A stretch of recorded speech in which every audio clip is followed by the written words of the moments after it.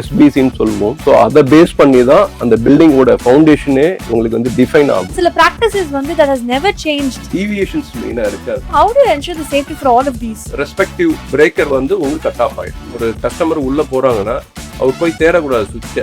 Granites and marbles.